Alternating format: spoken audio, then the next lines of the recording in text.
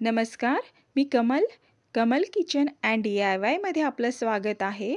अशाच नवीन रेसिपीसाठी माझ्या चॅनलला सबस्क्राईब करा, बेल आयकनला प्रेस करा. रेसिपी आवडत असेल तर शेअर करा. चला तर आज आपण नवीन रेसिपी बघणार आहोत. आज आपण चॉकलेट केक कसा बनवायचा ते बघूयात, अगदी कमी साहित्यात. चला तर आता आपण रेसिपीला सुरुवात करूयात. मी एका पातेल्यामध्ये 1 वाटी दूध घालून घेतलं आहे.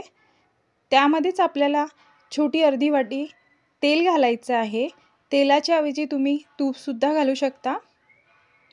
आता यामध्ये मी साखर यूज केली आहे. मी अर्धी वाटीच साखर घेतली आहे. पिठी साखर जर घालायची असेल तर पाऊण वाटी पिठी साखर घालायची. आता यामध्ये आपल्याला थोडेसे ड्रॉप व्हॅनिला इसेन्स टाकायचा आहे. बेकिंग पावडर 1 चम्मच, बेकिंग सोडा अर्धा चम्मच. आता बेकिंग पावडर आणि बेकिंग सोडा याच्याऐवजी आपण 1 चम्मच इनोसुद्धा वापरू शकतो.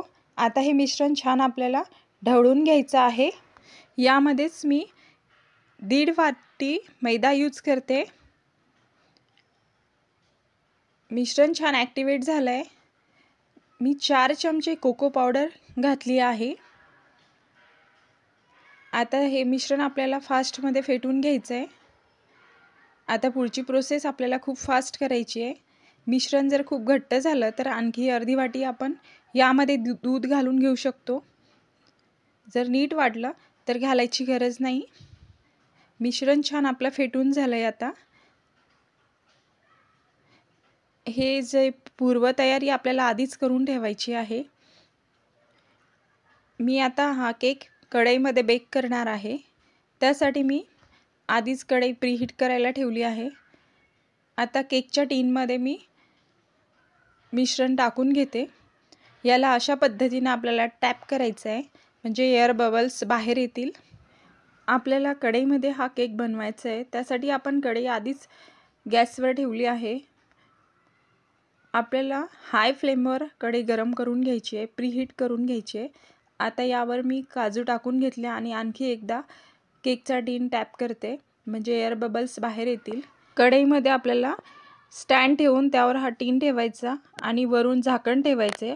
आता 40 मिनिटे आपण हा केक बेक होऊ देऊ.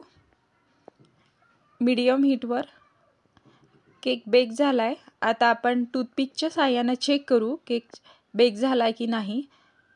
यामध्ये आपल्याला टूथपिक टाकून बघायची आहे. अशी क्लिअर जर आली तर आपला केक छान बेक झाला आहे. आता आपण हा थंड होण्यासाठी काढून घेऊ. अशा पद्धतीने आपल्याला चाकूच्या साहाय्याने याच्या कडा मोकळ्या करून घ्यायच्या आहेत. सगळ्या साईडने आपल्याला व्यवस्थित चाकूच्या साहाय्याने कडा मोकळ्या करून घ्यायच्या आणि एका प्लेटमध्ये आपण काढून घेऊ. पूर्णपणे हा थंड झालेला आहे आता केक, त्यामुळे पटकन निघून येतो. मी एका प्लेटमध्ये काढून घेतला.